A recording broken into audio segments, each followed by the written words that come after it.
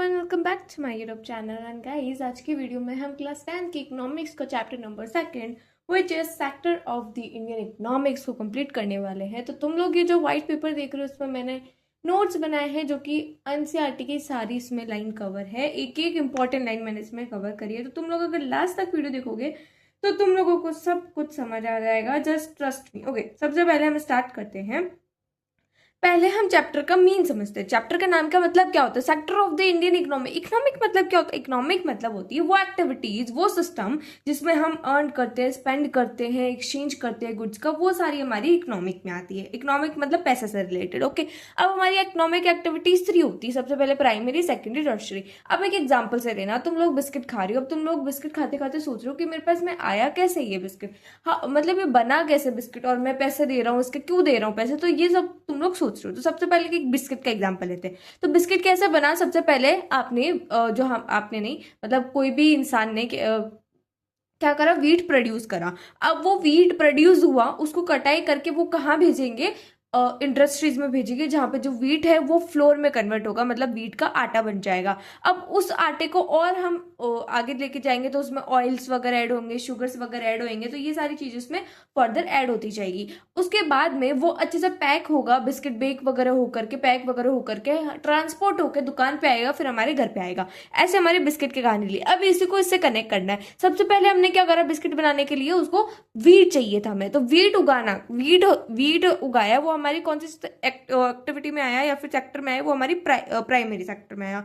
तो primary sector एक ऐसा इकोनॉमिक का पार्ट है जो कि नेचुरल रिसोर्स पे डिपेंड रहता है, अपने रॉ मटेरियल पे। रॉ मटेरियल क्या होता है? जो कि मतलब रॉ मटेरियल एक ऐसा मटेरियल होता है जिसको लेकर के हम कोई फिनिश्ड प्रोडक्ट बनाते हैं। तो ये क्या करता है, नेचर पर डिपेंड होता है फिनिश्ड रॉ मटेरियल के लिए, जैसे कि वीट वगैरह हो गया ना, ये सारे एग्रीकल्चर रिलेटेड, फिशिंग, फार्मिंग, ये सारे सेक्टर्स हमारे प्राइमरी सेक्टर में आ जाते हैं।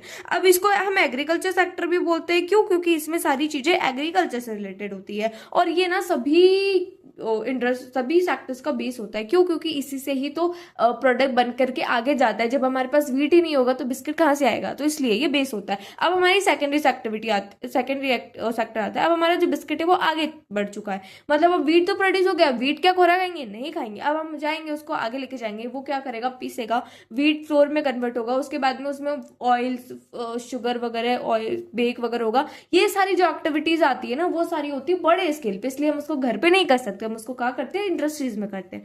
तो ये सारी एक्टिविटीज, जो एक्टिविटीज इंडस्ट्रीज में होती है ना, उसे हम सेकेंडरी सेक्टर बोलते हैं। अब क्योंकि इसमें सारी एक्टिविटीज इंडस्ट्री से रिलेटेड है, इसलिए हम इसे इंडस्ट्री सेक्टर भी बोलते हैं। ये प्राइमरी सेक्टर पे रॉ मटेरियल पे बेस्ड होता है, डिपेंड होता है। क्यों? क्योंकि अगर प्राइमरी इसको रॉ मटेरियल भेजेगी तभी तो ये अपना आगे का काम कर पाएगा। अब टर्शरी सेक्टर देखते हैं। अब देखो, जब हमने प्राइमरी से एक चीज एनालाइज करना, प्राइमरी से हमने वीट उगाया, अब प्राइमरी से सेकेंडरी तक आया कैसे? ऐसे उड़ के तो आएगा नहीं, ऑफ कोर्स ट्रांसपोर्टेशन से आएगा। बसेस नहीं, ट्रक्स वगैरह, बहुत इन सारी चीजों का यूज होगा। अब ये जो चीज होती है ना, जो ट्रांसपोर्टेशन हो गया, कम्युनिकेशन हो गया, वो हमारी टर्शरी सेक्टर में आती है। अगर टर्शरी सेक्टर नहीं होती क्या, तो क्या हमारा वीट जो सेकेंडरी सेक्टर था आ पाता? नहीं आ पाता, क्योंकि उसके पास ट्रांसपोर्टेशन ही नहीं होता। तो इसलिए ये बहुत इंपॉर्टेंट है हमारी प्राइमरी एंड सेकेंडरी सेक्टर के डेवलपमेंट में।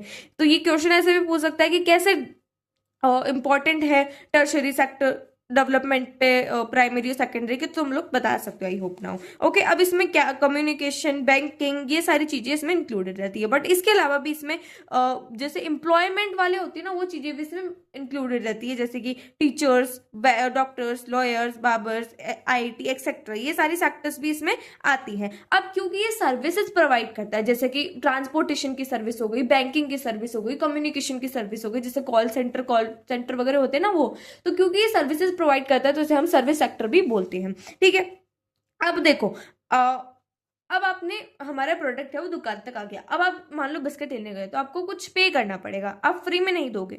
ओके, फ्री में तो नहीं लोगे ना, फ्री में आपको कोई देगा नहीं, आप पैसे पे करोगे। तो पैसे किस आधार पे देखो, जीडीपी के आधार पे मिलते हैं। जीडीपी क्या होती है? जीडीपी एक फाइनल प्रोडक्ट, ध्यान रखना, फाइनल प्रोडक्ट की जितनी भी वैल्यू होती है वो हमारी जीडीपी होती है। अब बिस्किट क्या बना, फाइनल प्रोडक्ट मिला, तो हमने जितना भी एक्टिविटीज वगैरह करी ना, उसका खर्चा जोड़ करके फाइनल में जो हमारी वैल्यू आई वो हमारी जीडीपी होती है। ठीक है, अब जीडीपी बहुत इंपॉर्टेंट होती है, क्यों? क्योंकि अगर हम सारे चीजों का जीडीपी निकाल करके देख सकते हैं कि हमारी इकोनॉमिक की कंडीशन कैसी है, या फिर हम कोई भी इस जगह की इकोनॉमिक जान सकते हैं कि वहां पे कैसा है। ठीक है, स्क्रीन पे एक इमेज आ रही होगी, GDP by primary secondary tertiary sector. ये जीडीपी दिखा रहा है, मतलब कितना टोटली प्रोडक्शन हुआ, कितना इकोनॉमिक बेसिकली। ठीक है, तो अगर हम 1973 टू 74 देखें तो प्राइमरी सबसे ज्यादा है, उसके बाद में टर्शियरी है, फिर सेकेंडरी है। उसके बाद में अगर हम 2013 टू 14 देखें तो हमारा प्राइमरी कम हो गया है, कम है सबसे, अगर हम देखें कम है सबसे, और सेकेंडरी मीडियम है, और टर्शियरी सबसे ज्यादा है। तो अगर हम जीडीपी के मामले में देखें कि पैसे हमारे कौन से सेक्टर से सबसे ज्यादा आ रहा है, तो टर्शियरी सेक्टर से हमारे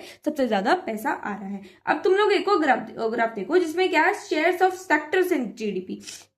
वैसे हम लोग इसके बारे में आगे और डिस्कस करेंगे, बट अभी मैं तुम लोगों को एक बार और बता देती हूँ। Shares of sectors in GDP, मतलब वही जीडीपी का सेक्टर शेयर कितना है किस सेक्टर में। तो प्राइम देखो, अगर हम 1973 की 74 की बात करें तो प्राइमरी का सबसे ज्यादा था, फिर सेकेंडरी का, फिर टर्शियरी का सबसे ज्यादा था। ठीक है, फिर अब अगर हम अभी देखें तो जीडीपी सबसे ज्यादा किसकी है, टर्शियरी सेक्टर की है। ओके, अब अगर एक और ग्राफ देखो तुम लोग, shares of sector in employment की, अब सबसे ज्यादा जीडीपी तो हमने पता कर ली कि हाँ भाई टर्शियरी सेक्टर में, अभी के हिसाब से बात करें तो टर्शियरी सेक्टर में बहुत अच्छी खासी हमारी जीडीपी आ रही है, रेवेन्यू जनरेट हो रही है। बट एम्प्लॉयमेंट की बात करें तो एम्प्लॉयमेंट कौन सा सेक्टर सबसे ज्यादा प्रोवाइड करवा रहा है, तो हमारा एम्प्लॉयमेंट सबसे ज्यादा प्रोवाइड करवा रहा है प्राइमरी सेक्टर। तुम लोग अभी देखो, पहले का देखो, प्राइमरी सेक्टर सबसे ज्यादा है। अभी हमने जो टर्शियरी सेक्टर में बात करी थी वो सर्विसेज प्रोवाइड करवा रहा था, ना कि एम्प्लॉयमेंट। सर्विसेज अलग होती है, एम्प्लॉयमेंट अलग होती है। सर्विसेज लाइक बैंकिंग, ठीक है, वो कम्युनिकेशन, ये सारी हमारी सर्विसेज होती है। एम्प्लॉयमेंट मतलब रोजगारी।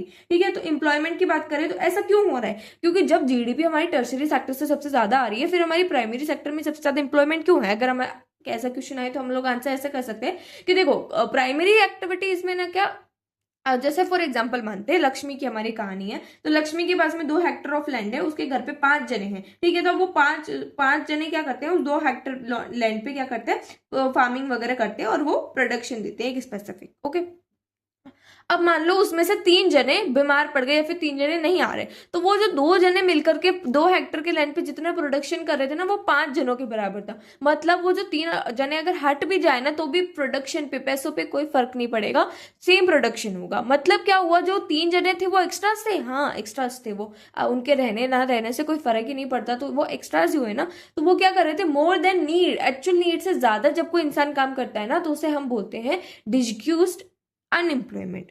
ठीक है, एम्प्लॉयमेंट, सॉरी। ठीक है, तो जो ये सारी ये जो चीज होती है ना, वो हमारी प्राइमरी सेक्टर में सबसे ज्यादा देखी जाती है।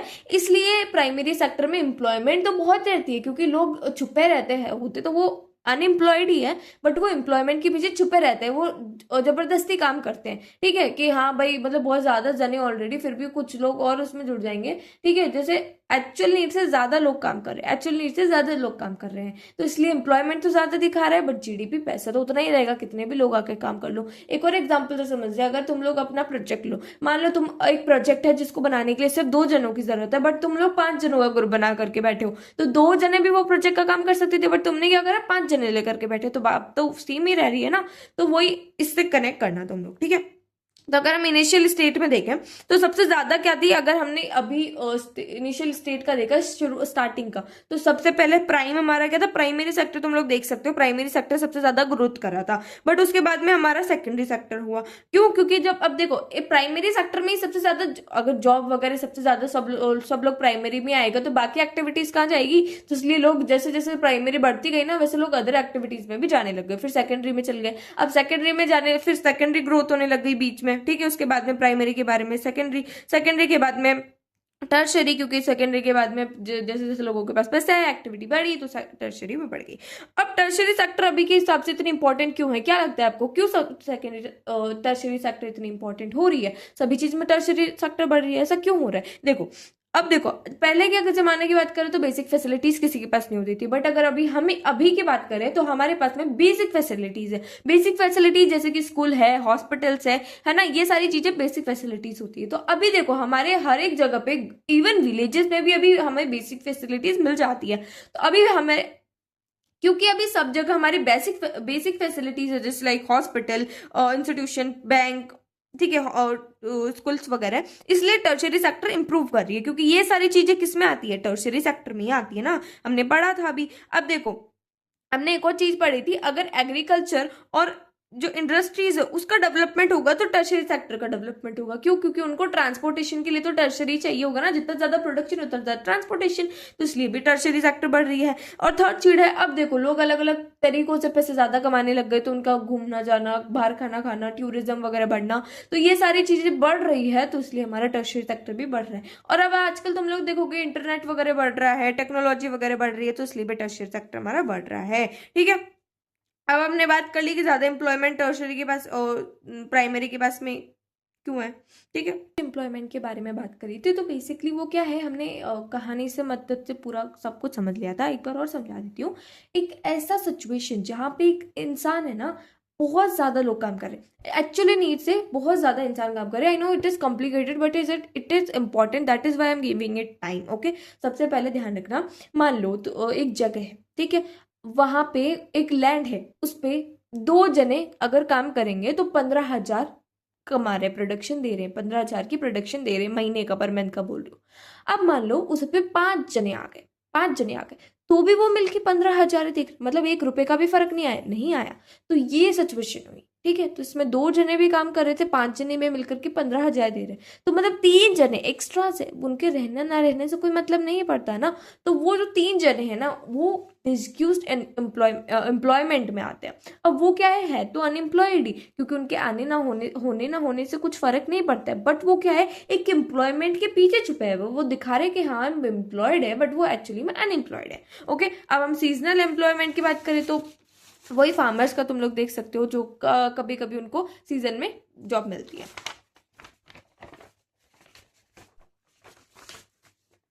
अगर अब हम एम्प्लॉयमेंट की समस्या देखें तो ये बहुत ज़्यादा बढ़ती जा रही है, तो हम कैसे सुलझा सकते हैं? तो अगर लॉन्ग टर्म की बात करें तो अगर हम डैम्स कैनाल्स वगैरह बढ़ाएंगे तो इरिगेशन फैसिलिटीज अच्छी होगी, जिससे फार्मर्स को हेल्प मिलेगी अच्छी प्रोडक्शन करने में, उससे ज़्यादा उनको हेल्प मिलेगी। अगर गवर्नमेंट क्या करेगी, ट्रांसपोर्टेशन ये सारी फैसिलिटीज प्रोवाइड करेगी, इन्वेस्ट करेगी इसमें, टर्शियरी सेक्टर को इम्प्रूव करेगी, तो सर्विसेज लोगों को मिलेगी, सर्विसेज से और इकोनॉमिक अच्छी होगी हमारी। ठीक है, गवर्नमेंट को क्या करनी चाहिए, अच्छी रोड बनानी चाहिए ताकि ट्रक्स वगैरह इजीली आ पाए, मतलब विलेजेस एक दूसरे से कनेक्टेड भी हो जाए। ठीक है, डैम उससे, सड़कों से। ओके, अब चीप लोन्स वगैरह प्रोवाइड करेगी तो और इकोनॉमिक, क्योंकि चीप लोग लोन लेंगे, ठीक है, अगर कम इंटरेस्ट में लोन मिलेगा उन लोगों को, तो वो अलग अलग एक्टिविटीज परफॉर्म करेंगे, वो स्मॉल स्केल इंडस्ट्रीज बनाएंगे, मतलब कुछ भी अपना स्टार्टअप स्टार्ट कर सकते हैं, एक बिजनेस स्टार्ट कर सकते हैं। ठीक है, उसमें स्मॉल स्केल इंडस्ट्रीज को भी बहुत ज्यादा हेल्प मिलेगी। ठीक है, लोकल इंडस्ट्रीज को, जैसे semi rural areas like town, जो ना तो ज्यादा डेवलप है ना अंडर डेवलप्ड है, ठीक है, वैसे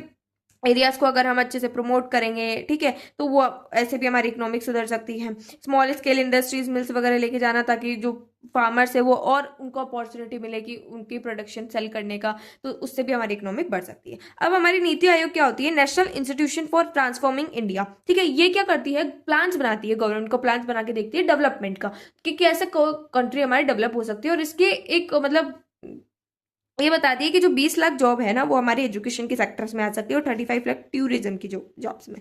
ठीक है, अब देखो, अगर लॉन्ग टाइम की तो बात कर ली कि लॉन्ग टर्म में हम एम्प्लॉयमेंट कैसे बढ़ा सकते हैं, अगर हम शॉर्ट टर्म की बात करें तो सबसे इंपॉर्टेंट आती है MGNREGA, which is Mahatma Gandhi national rural employment guarantee act. बहुत इंपॉर्टेंट है, ये स्टार्ट कब हुई थी, 2005 में। इसका है क्या ये, तो ये क्या करती थी, बेसिकली कोई भी रूरल एरियाज में 100 दिन का एम्प्लॉयमेंट प्रोवाइड करती थी, एक साल में। ठीक है, एक साल में 100 दिन का एम्प्लॉयमेंट प्रोवाइड करती थी। अब इसकी राइट टू वर्क भी इसलिए कहा जाता है, इसको राइट टू वर्क भी इसलिए कहा जाता है क्योंकि एक तो ये एम्प्लॉयमेंट प्रोवाइड कर रही है, बट ये ऐसा भी करती है कि अगर हमने एम्प्लॉयमेंट आपको प्रोवाइड नहीं कराया तो हम क्या करेंगे, आपको पैसे देंगे, अनएम्प्लॉयमेंट अलाउंस देंगे, मतलब पैसों का सपोर्ट करेंगे। ठीक है, जिनको, ठीक है, इसने 265 डिस्ट्रिक्ट अभी तक कवर कर लिया है। अगर हम एम्प्लॉयमेंट रूरल की बात करें तो एम्प्लॉयमेंट हम रूरल एरियाज में कैसे बढ़ा सकते हैं, लोन्स प्रोवाइड करके फार्मर्स को, इरिगेशन, कल्टीवेशन, क्योंकि वहाँ पे रूरल एरियाज में तो मोस्ट ऑफ द लोग खेती करते हैं ना, तो इसलिए चीप एग्रीकल्चर क्रेडिट्स वगैरह प्रोवाइड करके। अंडर एम्प्लॉयमेंट क्या होता है, एक ऐसी सिचुएशन जहाँ पे पोटेंशियल से कम,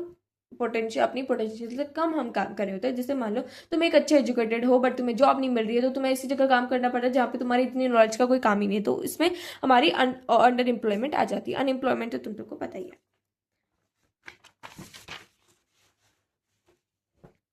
ओके, अभी हमने देखा था on the basis of active economic activities की कैसे हम डिवाइड कर सकते हैं। अब हम रूल्स एंड रेगुलेशंस की बात करें, काम धंधे की बात करें, तो हमारी ऑर्गेनाइज एंड अनऑर्गेनाइज सेक्टर आती है।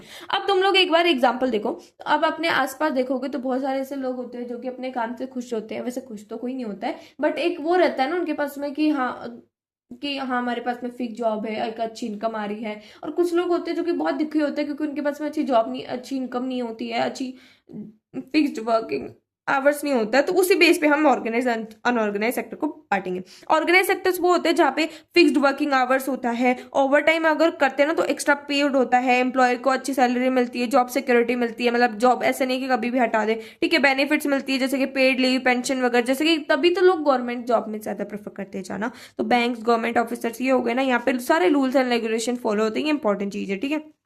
ठीक है, इसमें फॉर्मल प्रोसेस एंड प्रोसेस भी होते हैं। अनऑर्गेनाइज सेक्टर्स क्या होता है, जहाँ पे जॉब मतलब रेगुलर नहीं होती, फिक्स वर्किंग आवर्स नहीं होते, फिक्स सैलरी नहीं होती है, पेड लीव भी नहीं होती है इसमें, ठीक है। जैसे कि स्ट्रीट वेंडर, डोमेस्टिक वर्कर्स हो गए, और वो गवर्नमेंट के रूल्स एंड रेगुलेशन फॉलो नहीं करते। तो अब देखो कितनी स्थिति अगर हम देखें, डिफरेंस कितना है ऑर्गेनाइज अनऑर्गेनाइज सेक्टर में। बेचारे अनऑर्गेनाइज सेक्टर वाले कितने परेशान है। तो हम कैसे इनको प्रोटेक्ट कर सकते हैं अनऑर्गेनाइज सेक्टर में, क्योंकि अभी मान लो कभी भी उनकी तो जॉब कभी भी निकल सकती है, फिर वो तो कभी भी बेरोजगार हो सकते हैं, फिर वो जाएंगे कहाँ पे। तो हमें उनको प्रोटेक्ट करना जरूरी है। अब कैसे करें प्रोटेक्ट, प्रोटेक्ट तो करना जरूरी है, बट कैसे करें।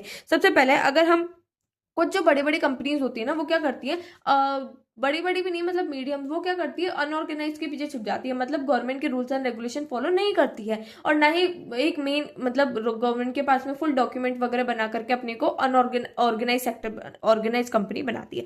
वो ऐसा क्यों करती है, ताकि उसको गवर्नमेंट के कोई नियम नहीं मानने पड़े, उसको फिर वो अपने जो वर्कर्स होते हैं उनको अच्छे से ट्रीट भी नहीं करना पड़ेगा, फिर उसको ज्यादा सैलरी, फिक्स सैलरी भी नहीं देनी पड़ेगी, और ऐसा भी नहीं होगा कि हाँ लेबर की सारी बात मानो, लेबर को राइट्स दो। तो इसलिए वो अनऑर्गेनाइज सेक्टर में छुपे रहते हैं। तो उन लोगों को हमें आइडेंटिफाई कर करके छांटना है, हटाना है, ठीक है, वहां से। अब देखो टैक्सेस वगैरह अवॉइड करने के लिए वो अनऑर्गेनाइज में छुप जाती है। स्मॉल और जो मार्जिन फार्मर्स होते हैं वो हमारे अनऑर्गेनाइज सेक्टर्स में आते हैं। तो उनको हम फूड सप्लाई, सीड्स और स्टोरेज क्रेडिट्स वगैरह प्रोवाइड करते हैं, तो उनका भी मतलब स्थिति सुधर सकती है। अगर उनके पास पैसे आएंगे तो पैसों से पैसे बनता है, तो इसलिए वो और भी चीजें ट्राई कर सकते हैं, ठीक है। हमें क्या करना चाहिए, स्मॉल स्केल इंडस्ट्रीज को सपोर्ट करना चाहिए, उनको रॉ मटेरियल प्रोवाइड करना चाहिए, उसको उनकी जो भी प्रोडक्ट प्रोडक्ट बन रहा है उसको सेल करने में हेल्प करना चाहिए, ठीक है। Protection support to poor groups like, ठीक है, लोअर कास्ट वुमेन्स इन सबको। अब वनरेबल ग्रुप्स क्या होते हैं, पीपल जो कि बहुत ज्यादा वीक होते हैं और सबसे जल्दी इफेक्ट हो जाते हैं। जैसे कोई भी इकोनॉमिक क्राइसिस आए तो सबसे ज्यादा जल्दी इफेक्ट कौन होंगे, गरीब लोग, तो वो हमारे आते हैं वनरेबल ग्रुप्स। रूरल एरियाज में वनरेबल ग्रुप्स कौन है, तुम लोग ये ध्यान रखना, 80% स्मॉल मार्जिन और स्मॉल एंड मार्जिन फार्मर्स है। और अगर हम और बात करें तो वीवर्स है, ब्लैक स्मिथ्स है। और अगर हम अर्बन एरियाज की बात करें तो street vendor, garment workers etcetera.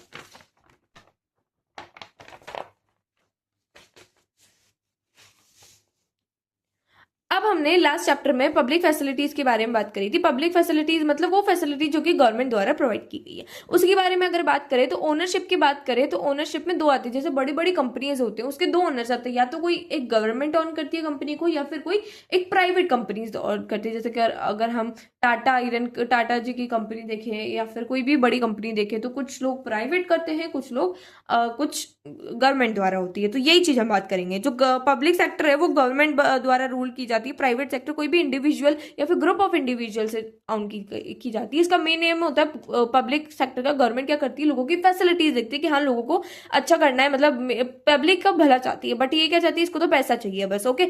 Public sector क्या करता है, सर्विसेज प्रोवाइड करता है अफोर्डेबल एंड रीजनेबल रेट में। जैसे कि अगर तुम लोग इलेक्ट्रिसिटी की बात करो तो अगर गवर्नमेंट जो इलेक्ट्रिसिटी प्रोवाइड करती है वो बहुत ज्यादा सस्ती होती है देन प्राइवेट से, ठीक है। बट ये क्या करती है, ये तो बस पैसा देखती है, तो इसलिए कॉस्टली होती है इसकी, ओके। अब ये क्या करती है, अपना पैसा कहाँ से कमाती है ये, तो इसका मेन एम है कि टैक्स से, और इसका मेन एम है कि जितना भी प्रोडक्शन पे जितना इसको एक्स्ट्रा मिलता है उतना, ठीक है। और यहाँ पे जो वर्कर्स काम करते हैं ना उसको फिक्स सैलरी वगैरह ऑर्गेनाइज सेक्टर का तुम लोग मान सकते हो, बट इसमें अनऑर्गेनाइज सेक्टर जैसी फीलिंग आती है उनको, ठीक है। ये बेसिक सर्विसेज प्रोवाइड करते हैं जैसे कि हेल्थ, एजुकेशन, ट्रांसपोर्टेशन, बट ये कोई भी बेसिक नहीं प्रोवाइड करती, मतलब इसको तो बेसिकली पैसे से मतलब है, ठीक है। अब जैसे हम इसके एग्जाम्पल देखें तो इंडियन रेलवे हो गया हमारा, गवर्नमेंट हॉस्पिटल्स हो गए, स्कूल्स हो गए, पोस्ट ऑफिस हो गए, ये सारी हमारी पब्लिक सेक्टर में आती है। और ये हमारी जो Tata iron and steel company limited, TISCO, ये इंपॉर्टेंट है, इसकी फुल फॉर्म भी इंपॉर्टेंट है, तो तुम लोग एक बार देख लेना।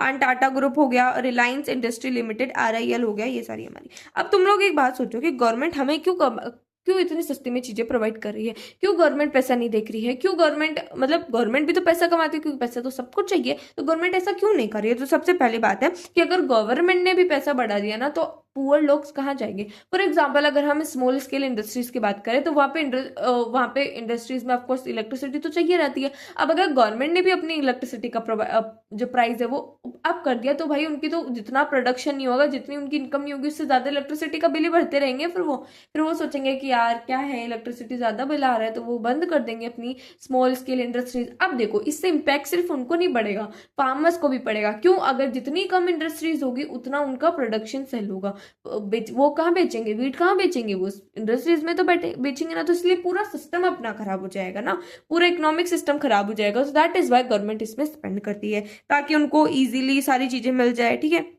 फेयरली, और ना तो ज़्यादा चार्ज मिले उनको, अफोर्डेबल और अवेलेबल हो जाए सबको, जैसे कि इंडस्ट्रीज, इलेक्ट्रिसिटी मैंने बता दिया आपको, ठीक है। अब गवर्नमेंट का रोल क्या है पब्लिक वेलफेयर में?